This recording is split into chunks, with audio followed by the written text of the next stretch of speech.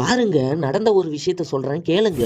6 வருஷத்துக்கு முன்னாடி சென்னையில நான் எலக்ட்ரிஷியன் வேலை பார்த்துட்டு இருந்தேன். திடீர்னு வினோத் எனக்கு ஃபோன் பண்ணி வேலைக்கு வரேன்னு சொன்னான். நானும் எங்க ஓனர் கிட்ட கேட்டுட்டு வேலைக்கும் வர சொல்லிட்டேன். அவனும் கிளம்பி சென்னைக்கு வந்துட்டான். மறுநாள் நானும் வினோத்தும் கிளம்பி வேலைக்கு போறோம். 10 கிலோமீட்டரா இருந்தாலும் சரி, 20 கிலோமீட்டரா இருந்தாலும் சரி, சைக்கிள்ல தான் வேலைக்கு போகணும். வினோத் வந்த நேரமா என்னன்னு தெரியல, வந்த முதல் நாளே 12 கிலோமீட்டர் தூரத்துல வேலைக்கு போகணும் சைக்கிள்ல. அதே மாதிரி அன்னைக்கு கட்டிங் போட்டு உடைக்கிற வேலை தான் இருந்துச்சு. வந்த முதல் நாளே உடைக்கிறதுக்கு நேக்கான மனிதன் வினோத் புலம்பிட்டு இருந்தான். வேலை முடிஞ்சதும் ரூமுக்கு வந்துட்டோம். வினோத் சொன்னா இந்த வேலை எல்லாம் எனக்கு செட் ஆகாது, இன்னைக்கு நைட்டே கிளம்பி நான் ஊருக்கு போறேன்னு சொல்லிட்டான். அவன் சொன்ன மாதிரியே அன்னைக்கு நைட்டே கிளம்பி ஊருக்கும் போயிட்டான். இந்த விஷயத்தை ஏன் நான் உங்ககிட்ட சொல்றேன்னா, வினோத் மட்டும் அன்னைக்கு கஷ்டத்தை பார்க்காம இந்த வேலையை செஞ்சுட்டு இருந்திருந்தா இப்ப அவனுக்கு எல்லா வேலையும் தெரிஞ்சிருக்கும். எங்க வேலைக்கு போயிருந்தாலும் சம்பளமும் அதிகமா கிடைச்சிருக்கும். ஏன் தனியாவே வேலை எடுத்து செய்யற மாதிரி கூட டெவலப் ஆயிருக்கலாம். அதனாலதான் நண்பர்களே, நம்ம எந்த இடத்துக்கு போனாலும் எந்த வேலைக்கு போனாலும் அதுக்கு தகுந்தாப்புல நம்மள மாத்திக்கணும். வினோத் இப்ப என்ன பண்றான்னு சொன்னா அதுவே ஒரு எடுத்துக்காட்டா இருக்கும். அடுத்த வீடியோல பாருங்க.